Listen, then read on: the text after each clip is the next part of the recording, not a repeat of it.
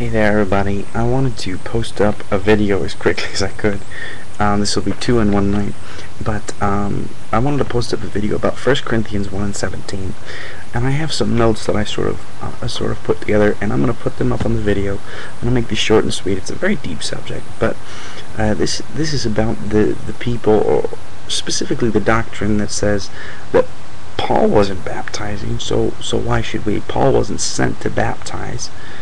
So why should we? For me, when I first heard this, I laughed. I really did, and I apologized to everybody. I don't want to hurt anybody's feelings, but for me, it just was sort of ludicrous. And I'm just going to read my notes to you, and so hopefully it'll provide an understanding, or at least it'll show you my understanding of what Paul was saying here. King James Version, English, Paul said in 1 Corinthians 1:17, "For Christ sent me not to baptize, but to preach the gospel, not with wisdom of words, lest the cross of Christ should be made of none effect." If it is true, and this is I was talking to somebody about this, and this is basically what they told me, that Paul was making a statement about his ministry, that he was not sent to baptize, so neither should we. Neither should we so much worry about baptism. It's not a big thing. But this is what I wrote down. If it is true that Paul was making a statement about his ministry, and that he was not sent or ordained or commissioned to baptize, but only to preach the gospel, could the following verses please be explained? In Acts chapter 16, verses 14 and 15, it says that Paul baptized Lydia and her entire household. In Acts chapter 16, verse 33, it says Paul baptized the prison keeper and his entire household. Acts chapter 18, verses 5 through 8, it teaches that Paul baptized Justus, Crispus, and his household, and many other Corinthians that were there assembled at the time. So when I read that, I don't understand how they could say that Paul wasn't sent to baptize when he was obviously baptizing. Now I would say this: if they are right, that means that Paul was baptizing without the authority of church, or he was doing something that he was not called or ordained to do, that he was not authorized to do. And for me, that doesn't make sense. I need to reconcile these scriptures together. I personally believe that Paul was baptizing people, and that 1 Corinthians 1 and 17 is easily explained through the context.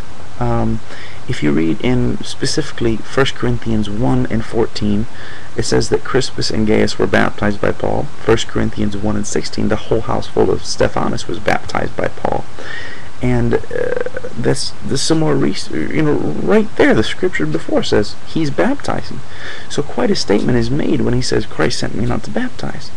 Now for me, as I said before, I'm going to read you verses 12 through verse 17, and I hope maybe this brings some understanding to you, because it's very easy to just sort of throw a scripture out there and say, well, this is it, this is what we should believe, this is what happened.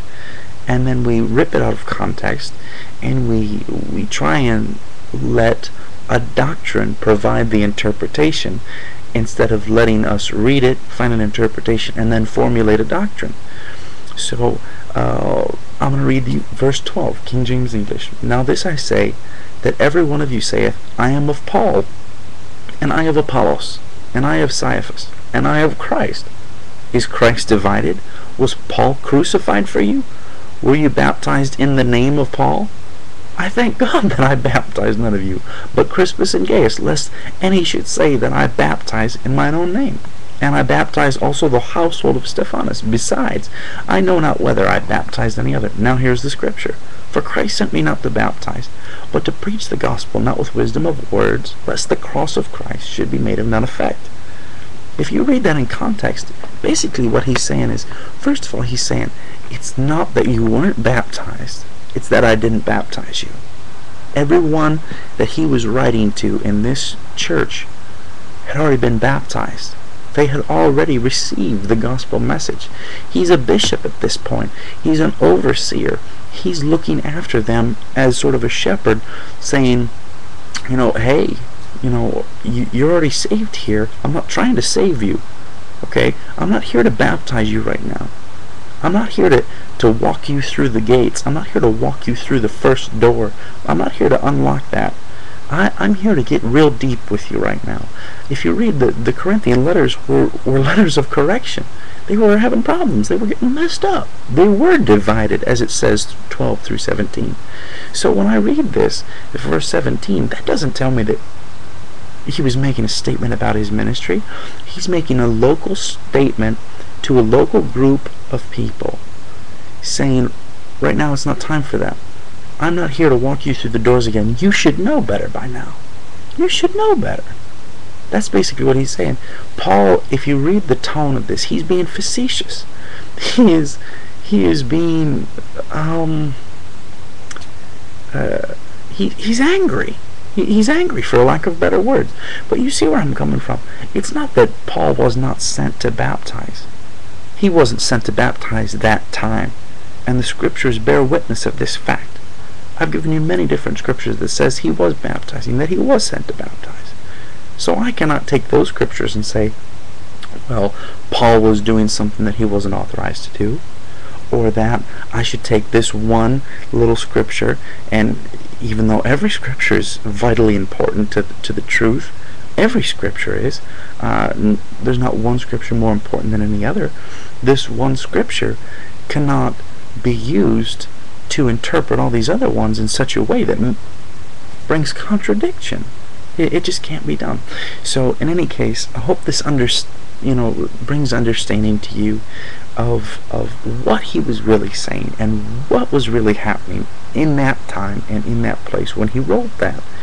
So he was sent to baptize, and the doctrine that says baptism isn't necessary because Paul wasn't baptized, it just doesn't stand up. It just doesn't. To be honest with you, and this is a personal comment here, but upon my research in this, and by looking at all the different scriptures that says he was baptizing, it sort of affirms to me the necessity of baptism. It really does, because there are some out there that says, well, make disciples of all nations, and then you can baptize at a later time, at a later date, after they've been in the church, and it's an open confession and all that. But right as these people were getting saved, right directly after they would speak in tongues, or that they would get saved, he would baptize them. He didn't give them an option. More often than not, they were always commanded to be baptized. But it wasn't like okay, you go to church and stay in church for a year or two, and then when you're ready for that commitment, you can... No, it was right then, it was right there. It was while he was there, and he was a traveling evangelist. He wasn't there for that long. So, God bless you. Hope this brings some understanding. I love everybody, and comment me back. Give me a message. YouTube me, whatever you need to do. Tell me what you think about this. And this is just the way that I personally understand it. Have a great one. Bye bye.